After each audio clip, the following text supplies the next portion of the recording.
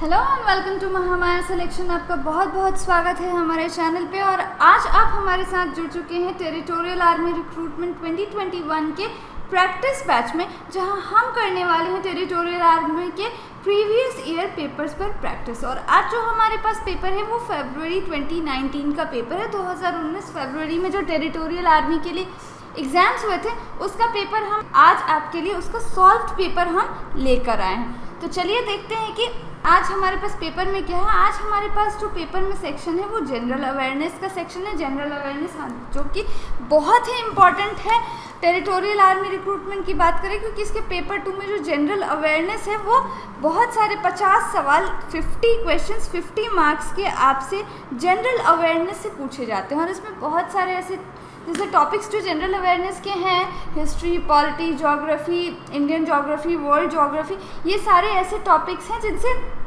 जो क्वेश्चंस हैं वो रिपीट होते रहते हैं। तो ऐसे में प्रीवियस ईयर पेपर सॉल्व करना जो होगा वो आपके लिए काफ़ी फ़ायदेमंद होगा, और वो भी तब जब एग्ज़ाम्स को केवल 1 महीना ही बचे। इस वक्त प्रैक्टिस ही बहुत इम्पॉर्टेंट रोल प्ले करेगी आपके स्कोर को इम्प्रूव करने के लिए। तो उसी के लिए, उसी मकसद से हम आपके लिए लेकर आए हैं टेरिटोरियल आर्मी रिक्रूटमेंट 2021 का प्रैक्टिस बैच, जिसमें हम करने वाले हैं प्रीवियस ईयर पेपर्स पर प्रैक्टिस। तो जनरल अवेयरनेस का जो पेपर है, चलिए देखते हैं कि आज हमारे पास जो जनरल अवेयरनेस का पेपर है उसमें क्या क्या कौन कौन से प्रश्न पूछे गए थे, किन किन टॉपिक्स से प्रश्न पूछे गए थे, कौन कौन से टॉपिक्स जो हैं वो इम्पॉर्टेंट हैं हमारे लिए। तो चलिए शुरू करते हैं आज के सेशन को। 2019 फरवरी 2019 के पेपर में जो जनरल अवेयरनेस का फर्स्ट क्वेश्चन पूछा गया था वो ये था कि the first Muslim ruler who introduced the standing army was. Standing army introduce करने वाले यानी स्टैंडिंग आर्मी लाने वाले पहले मुस्लिम शासक का नाम बताइए। ऑप्शंस थे अलाउद्दीन खिलजी, इल्तुमिश, बलबन और फिरोज शाह तुगलक। इनमें जो सही आंसर है वो है हमारा ऑप्शन बी इल्तुमिश। इल्तुमिश ही पहला मुस्लिम शासक था जिसने स्टैंडिंग आर्मी इंट्रोड्यूस की थी। चलिए अब आगे बढ़ते हैं अगले प्रश्न की तरफ से। अगला प्रश्न देखते हैं। The God with 3 heads and horns surrounding by animals represented on a seal from a Mohenjo-daro is said to be। बहुत ही इम्पॉर्टेंट प्रश्न है ये। इंडस वैली सिविलाइजेशन की बात करें तो, सिंधु घाटी सभ्यता की बात करें तो उससे ये काफ़ी ही इम्पॉर्टेंट क्वेश्चन है। मोहनजोदारो में जो सील्स मिले थे उससे रिलेटेड क्वेश्चन पूछा गया है कि वो भगवान जिनके 3 सिर थे और वो हॉर्न से घिरे हुए थे, वो उनमें जो सील्स में मिले हैं वो कौन से भगवान हैं, कौन से भगवान उन्हें माना जाता है। ऑप्शंस हमारे पास है इंद्र, वरुण, विष्णु या फिर पशुपति। तो जो ऑप्शन हमारा सही है वो है ऑप्शन डी पशुपति। इस सील को, इस मुहर को पशुपति सील के नाम से भी जानते हैं। पशुपति, भगवान पशुपति की जो उनका चित्र है वो उस सील पे देखने को मिलता है, इसलिए ऑप्शन डी इसका करेक्ट आंसर होगा। ये बहुत ही इम्पॉर्टेंट क्वेश्चन है। इससे पहले भी ये बहुत सारे और भी अलग अलग एग्ज़ाम्स में, फॉर एग्जांपल अगर आप IAS एग्ज़ाम्स की बात करें तो उसमें भी इस टॉपिक से बहुत सारे सवाल पूछे जाते हैं। Pashupati seal Indus valley civilisation का बहुत इंपॉर्टेंट टॉपिक है। चलिए आगे बढ़ते हैं अगले प्रश्न पे। अगला जो प्रश्न हमारे पास है वो है whose reign has been called as the golden age of Mughals. Again बहुत ही सारे इंपॉर्टेंट क्वेश्चंस जो हैं ये सारे पूछे गए हैं इस पेपर में। गोल्डन एज ऑफ मुगल्स यानी मुगल के टाइम में उनका स्वर्ण काल किसके शासन काल को कहा जाता है। ऑप्शंस हमारे पास है ए शाहजहां, बी अकबर, सी जहांगीर या फिर डी औरंगजेब। तो बात करें तो जो हमारे पास 4 ऑप्शंस हैं मुगल पीरियड के साथ, ये चारों जो हैं वो काफ़ी फेमस एम्पेरर्स रहे हैं, बहुत ही कंट्रीब्यूशन है इन लोगों का। लेकिन इनमें जो सबसे फेमस और जिनके काल में मुगल्स के लिए गोल्डन एज माना जाता है वो है हमारा ऑप्शन ए शाहजहां। शाहजहां के काल को गोल्डन एज ऑफ मुगल्स यानी मुगल्स का स्वर्ण काल कहा जाता है। चलिए आगे बढ़ते हैं अगले प्रश्न की तरफ। अगला प्रश्न हमारे पास है the upheaval of 1857 was first described as the war of independence by. 1857 की जो क्रांति हुई थी उसे सबसे पहले किसने ये कहा था कि ये वॉर ऑफ इंडिपेंडेंस है, यानी कि स्वतंत्रता संग्राम है। तो 1857 के वॉर को स्वतंत्रता संग्राम का नाम देने वाले व्यक्ति का नाम हमें बताना है। ऑप्शंस हमारे पास हैं जवाहरलाल नेहरू, बाल गंगाधर तिलक, वीडी सावरकर या फिर लाला लाजपत राय। तो इसका जो सही आंसर होगा वो होगा option C, VD Savarkar. VD Savarkar है जिन्होंने ये कहा था कि 1857 की जो क्रांति थी वो भारत का पहला स्वतंत्रता संग्राम था, यानी कि स्वतंत्रता के लिए हम पहली बार संग्राम कर रहे थे, पहली बार आवाज़ उठा रहे थे इसी 1857 के संग्राम के थ्रू। तो ऑप्शन सी, वीडी सावरकर हमारा करेक्ट आंसर हो जाएगा। चलिए आगे बढ़ते हैं अगले प्रश्न की तरफ। अगला प्रश्न जो हमारे पास है वो है, Jhansi was annexed to the British Indian territory in 1854 under the. Option है subsidiary alliance, mutual agreement, passage of a separate charter और डॉक्ट्रिन ऑफ लैप्स। ये सारे ऐसे प्रश्न हैं जो अक्सर रिपीट होते रहते हैं। आप किसी भी एग्जाम्स की बात कर लें उनमें इन टॉपिक्स से सवाल डेफिनेटली होते हैं। अब इस प्रश्न को देख लीजिए, झांसी जो है वो ब्रिटिश इंडियन टेरिटरी में 1854 में वो ब्रिटिश ने उस पर कब्जा कर लिया था। अब ये जो कब्जा किया गया था ये किस एग्रीमेंट के थ्रू किया गया था ये हमें बताना है, यानी क्या ऐसा लागू किया गया था जिसके तहत झांसी को एनेक्स किया गया था। पहला सब्सिडरी अलायंस, दूसरा म्यूचुअल एग्रीमेंट, तीसरा passage of a separate charter या फिर option D doctrine of lapse. तो इसका जो सही आंसर होगा, झांसी का एनेक्सेशन जो हुआ था वो option D doctrine of lapse के अकॉर्डिंग हुआ था। डॉक्ट्रिन ऑफ लैप्स के अकॉर्डिंग जिस भी टेरिटरी या किंगडम का नेचुरल हायर नहीं होगा उस किंगडम या टेरिटरी को ब्रिटिश जो है वो अपनी टेरिटरी में मिला लेंगे, यानी कि उन पे उनका कब्जा हो जाएगा। और इसीलिए झांसी की रानी जिस वक्त वहाँ रूल कर रही थी उनकी टेरिटरी को, चूँकि उनका कोई संतान जो थी वो नहीं थी, वो उनकी अपनी संतान की मृत्यु हो गई और उसके बाद उस राज्य के लिए कोई नेचुरल हायर नहीं बचा, इसलिए ब्रिटिश ने डॉक्ट्रिन ऑफ लैप्स यूज़ करके झांसी को एनेक्स कर लिया। तो आपने देखा ये कितना इम्पॉर्टेंट टॉपिक से सवाल पूछा गया है। चलिए आगे बढ़ते हैं अगले प्रश्न पे। अगला प्रश्न है, patriotism is religion and religion is love for India, whose utterance is this. काफ़ी खूबसूरत लाइन है, पेट्रियोटिज्म इज रिलीजन, यानी कि देशभक्ति ही धर्म है और भारत से प्यार ही हमारा धर्म है। ये किसने कहा था? ऑप्शंस हमारे पास है राजनारायण बोस, बी है स्वामी विवेकानंद, सी है बाल गंगाधर तिलक, डी है बंकिम चंद्र चटर्जी। तो इसका जो सही आंसर होगा वो होगा ऑप्शन डी बंकिम चंद्र चटर्जी। बंकिम चंद्र चटर्जी ने ही कहा था कि patriotism is religion and religion is love for India. Option D हमारा करेक्ट आंसर होगा। चलिए आगे बढ़ते हैं अगले प्रश्न पे।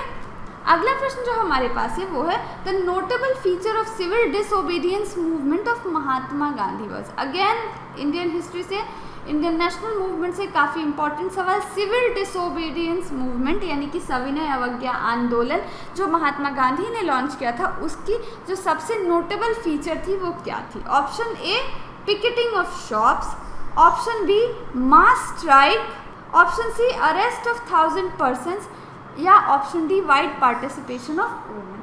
तो ये जो तीन ऑप्शंस हमारे पास हैं ए, बी और सी, यानी कि पिकेटिंग ऑफ शॉप्स के बाहर धरना देना, दुकानों के बाहर धरना देना, मास स्ट्राइक बहुत बड़ी बड़ी संख्या में हड़ताल करना, और option C arrest of 1000 persons हज़ारों लोगों की गिरफ्तारी होना। ये जो तीन चीज़ें हैं ना, ये इससे भी पहले जो मूवमेंट्स लॉन्च किए गए थे उनमें भी देखने को मिले हैं, लेकिन इस सिविल डिसोबीडियंस मूवमेंट का जो सबसे नोटेबल फीचर था, सबसे खास बात इस मूवमेंट की ये थी option D wide participation of women, यानी कि महिलाओं की बहुत बड़ी संख्या में भागीदारी, बहुत बड़ी संख्या में महिलाओं ने इसमें भाग लिया था और सहयोग किया था सविनय अवज्ञा आंदोलन में। तो ऑप्शन डी हमारा करेक्ट आंसर हो जाएगा।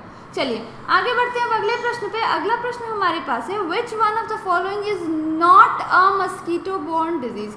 इनमें से कौन सी बीमारी जो है वो मच्छर के काटने से नहीं होती है? ऑप्शंस हमारे पास है डेंगू फीवर, ऑप्शन बी है फाइलेरिसिस, ऑप्शन सी है sleeping sickness and option D है मलेरिया। तो डेंगू भी मच्छर के काटने से ही होता है, फाइलेरिसिस भी मच्छर के काटने से ही होता है एंड ऑप्शन डी मलेरिया भी मच्छर के काटने से होता है। लेकिन जो ऑप्शन सी हमारे पास है स्लीपिंग सिकनेस, ये मच्छर के काटने से नहीं होता है, ये एक फ्लाई के काटने से होता है जिसका नाम है सी फ्लाई, जिसे हम TSE लिखते हैं, टी से लिखते हैं और इस फ्लाई को कहते हैं सी फ्लाई। इसी फ्लाई के काटने से स्लीपिंग सिकनेस नाम की बीमारी होती है। चलिए आगे बढ़ते हैं अगले प्रश्न पे। Which of the following is a fertiliser? इनमें से कौन सा एक उर्वरक है? ऑप्शन है sodium nitrate, sodium carbonate, sodium peroxide, sodium thiosulphate. तो इसका जो सही उत्तर होगा वो होगा option A sodium nitrate. Sodium nitrate जो है वो एक उर्वरक है जिसे खेतों में इस्तेमाल किया जाता है। चलिए अब आगे बढ़ते हैं अगले प्रश्न पे। अगला प्रश्न हमारे पास है which of the following is also known as Sahyadri range? अब ये हमारे भारत के भूगोल से प्रश्न है। इनमें से किस रेंज को सह्याद्री रेंज कहते हैं? ऑप्शंस हमारे पास हैं शिवालिक, विंध्यास, ईस्टर्न घाट्स या फिर वेस्टर्न घाट्स। तो इसका जो सही आंसर होगा वो होगा option D western Ghats. Western Ghats को हम सह्याद्री रेंज कहते हैं। चलिए अब आगे बढ़ते हैं अगले प्रश्न की तरफ। अगला प्रश्न भी जो हमारे पास है वो भारत के भूगोल से ही है। प्रश्न है which of the following states in India does not share boundary with Myanmar? Bharat इनमें से दिए गए कौन से राज्य म्यांमार के साथ बाउंड्री या सीमा शेयर नहीं करते हैं? ऑप्शंस हमारे पास है अरुणाचल प्रदेश, नागालैंड, मणिपुर या फिर असम। तो अरुणाचल, नागालैंड और मणिपुर ये तीनों ही स्टेट्स म्यांमार के साथ बॉर्डर शेयर करते हैं। जो लास्ट ऑप्शन हमारे पास है ऑप्शन डी, ये म्यांमार के साथ कोई भी सीमा साझा नहीं करता है। तो ऑप्शन डी हमारा करेक्ट आंसर हो जाएगा। चलिए आगे बढ़ते हैं अगले प्रश्न पे। अगला प्रश्न हमारे पास है the Garo and Khasi are languages of the state of? Garo और खासी कौन से राज्य की भाषा है? ऑप्शंस हमारे पास हैं मणिपुर, त्रिपुरा, असम या फिर ऑप्शन डी मेघालय।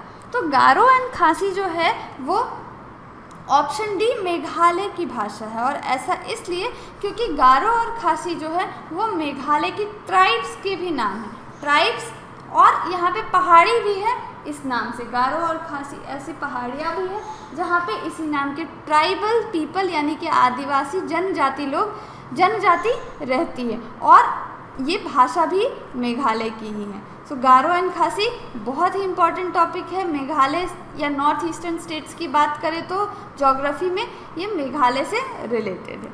चलिए आगे बढ़ते हैं अगले प्रश्न पे। अगला प्रश्न हमारे पास है the planning commission of India presided over by the? Bharat का प्लानिंग कमीशन यानी कि योजना आयोग को प्रिसाइड कौन करता है, कि अध्यक्षता कौन करता है? ऑप्शंस हमारे पास है prime minister, vice president, union minister of planning या फिर option D union finance minister. तो इसका जो सही उत्तर हो जाएगा वो होगा ऑप्शन ए प्राइम मिनिस्टर। प्राइम मिनिस्टर यानी कि प्रधानमंत्री प्लानिंग कमीशन ऑफ इंडिया यानी कि योजना आयोग के अध्यक्ष होते हैं, उसे वो प्रिसाइड करते हैं। अगला प्रश्न जो हमारे पास है वो है कि विच of the following is not a basic industry? इनमें से कौन सी बेसिक इंडस्ट्री नहीं है? ऑप्शंस हमारे पास है iron and steel, fertilisers, paper या फिर सीमेंट। इसका जो सही उत्तर होगा वो होगा ऑप्शन सी पेपर। पेपर जो है वो एक बेसिक इंडस्ट्री नहीं है। बाकी तीनों ऑप्शंस जो हमारे पास है आयरन एंड स्टील, फर्टिलाइजर्स और सीमेंट, ये बेसिक इंडस्ट्री के अंतर्गत आते हैं। आगे बढ़ते हैं अगले प्रश्न पे। अगला प्रश्न हमारे पास है catalyst is a substance which? Option A stops a chemical reaction, helps initiate a reaction, increases the speed of a reaction, decreases the speed of the reaction. एक कैटलिस्ट जो होता है उसका काम क्या होता है? ऑप्शन ए केमिकल रिएक्शन को रोक देना, ऑप्शन बी केमिकल रिएक्शन की शुरुआत कराना, ऑप्शन सी केमिकल रिएक्शन की स्पीड बढ़ाना या फिर केमिकल रिएक्शन की स्पीड को कम कर। तो एक जो कैटलिस्ट होता है ये रिएक्शन की स्पीड को बढ़ाता है, increases the speed of reaction. इसका रिएक्शन के इनिशिएट होने से या शुरू होने से कोई लेना देना नहीं है, ये केवल हो रहे रिएक्शन की स्पीड बढ़ा सकता है। तो ऑप्शन सी हमारा क्या हो जाएगा करेक्ट आंसर। आगे बढ़ते हैं अगले प्रश्न पे। अगला प्रश्न हमारे पास है holding of elections of the panchayat is decided by? Again very important question from polity section. प्रश्न है कि पंचायत के चुनाव कराने का फैसला, का डिसीजन, का निर्णय कौन लेता है? ऑप्शन ए है हमारे पास इलेक्शन कमीशन यानी कि निर्वाचन आयोग। ऑप्शन बी हमारे पास है स्टेट गवर्नमेंट यानी कि राज्य सरकार। ऑप्शन सी हमारे पास है डिस्ट्रिक्ट मजिस्ट्रेट यानी जिला दंडाधिकारी।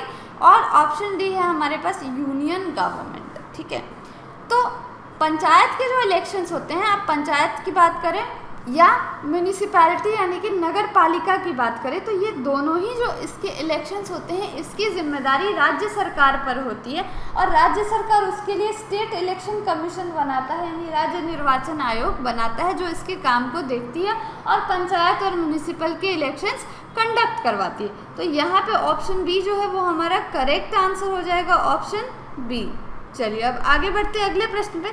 अगला प्रश्न हमारे पास है national emergency can be declared by the president. राष्ट्रीय आपातकाल प्रेसिडेंट के द्वारा अनाउंस किया या डिक्लेयर किया जा सकता है या लगाया जा सकता है कब?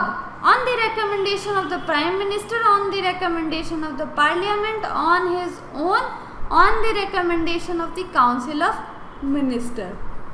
तो इसका जो सही उत्तर होगा वो इनमें से कोई भी नहीं होगा, क्योंकि नेशनल इमरजेंसी जो है वो प्रेसिडेंट के द्वारा तो लगाई जाती है, लेकिन वो रिकमेंडेशन किससे लेता है? यूनियन कैबिनेट से लेता है। केंद्रीय कैबिनेट से वो रिकमेंडेशन या सलाह लेता है और फिर अपने अनुसार वो काम करता है।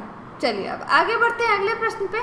Which of the following is islands in coral in origin. इनमें से कौन सा आइलैंड जो है वो कोरल है, यानी कि ओरिजिन में उसकी उत्पत्ति कहाँ से हुई है? कोरल से हुई है।